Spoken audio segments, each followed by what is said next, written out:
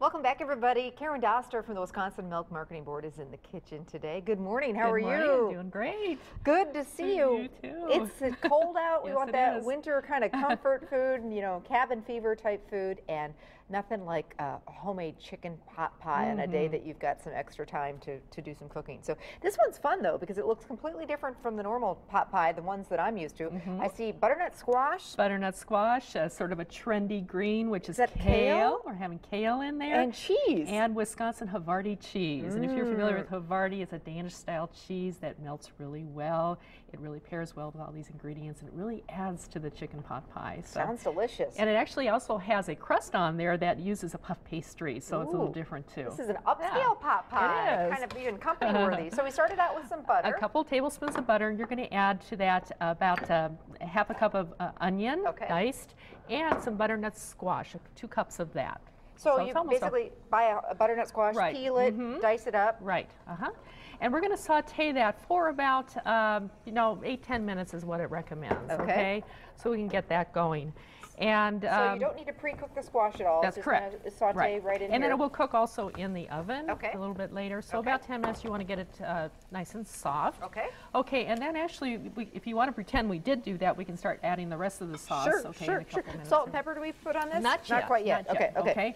All right, and also I can start showing this too. We're going to be preparing a puff pastry lattice. We're going to kind of weave a top onto there, onto the pie. And this is a puff pastry, if you're not familiar with that. That's used a lot in desserts and that sort of thing.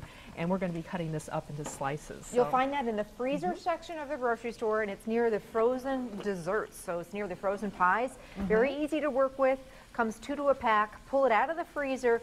The night before you're going to use it, let it thaw in the refrigerator. You need to have it, it's very, a little bit, picky, so it needs to be ice cold out of the fridge when you come to, cook with it. And I'm actually going to kind of roll it out to about 10 inches, just a little bit lengthwise. With a teeny bit of flour, it looks like a little bit of flour. I'm going to get my knife over here. And then, Amy, if you want to start working on the rest of the sauce too, assuming that that's been cooking for about 8 minutes or so, you could take that out and put that into a separate bowl. Like that.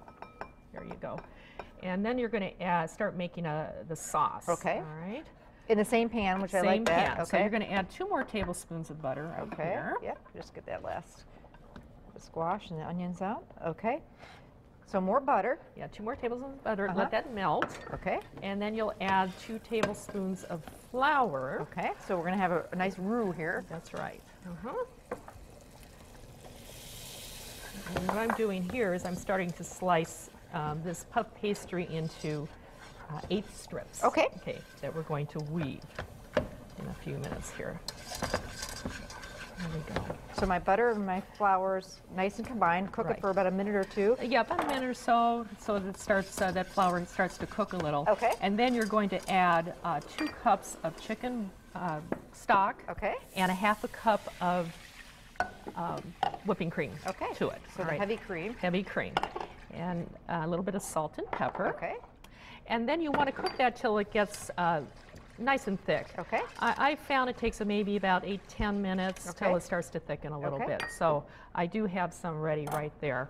And you do want to do that so it's not soupy when you prepare your chicken pot pie. So take the time and make sure that that's nice and thick. You can if it coats the back of a spoon, you know it's nice and thick. So it does reduce a little. Here's our sauce. That's it. It's all done. All right. You can see how it's thickened a little bit. Looks delicious.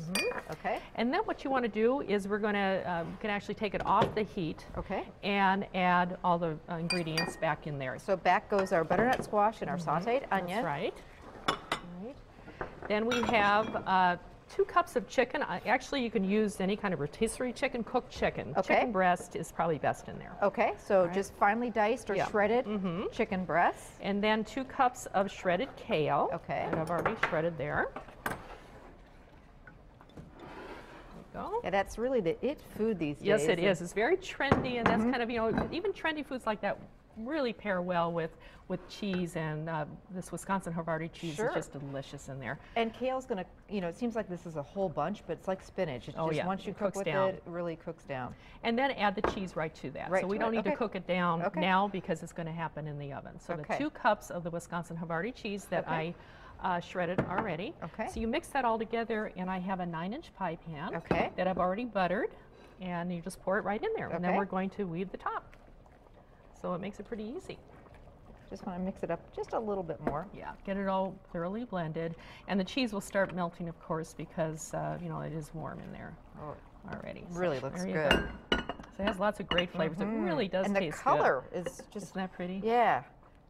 Just something that I think that would be really nice for like a ladies' luncheon, or even, like I say, this is almost a company-worthy pot pie. Right, exactly, with a nice salad. Definitely for those cold nights too. Right. It's really good. Okay, now before we start putting the crust on, I'm going to put a little bit of egg wash around the sides so the crust will stick, and I'll show you what we're going to do. So is that just beaten egg? Beaten egg with a little water. With a little water. Okay. So we're going to lay one strip. It's okay if it hangs over because we're going to cut that off later. So you can do a couple there. So we have 4 strips going across. So instead of a full-on crust, this is going to be kind of a woven basket weave. Sure. Here we go. And then I'll let you take one. We're going to, no, we're going to actually start weaving now. Okay, so. Just up and over like you would? Yep. Just like that. And we'll brush it with some more egg wash afterwards. And it goes into the oven. Your oven should be heated at about 400 degrees. And it takes about 25 minutes or so. And hang it over a little bit. I'll tell you why. I'm going to get the scissors back here. You bet. Well, this is kind of fun. Yeah, it is fun. So once it's woven, then you could just cut it off. And I always am looking for things that I can make ahead a little bit. It seems to me the filling could be made ahead, and then the puff pastry, you could just put that on at the last. Absolutely. Before you bake it. That's exactly what I did. Okay. For today. So over like that.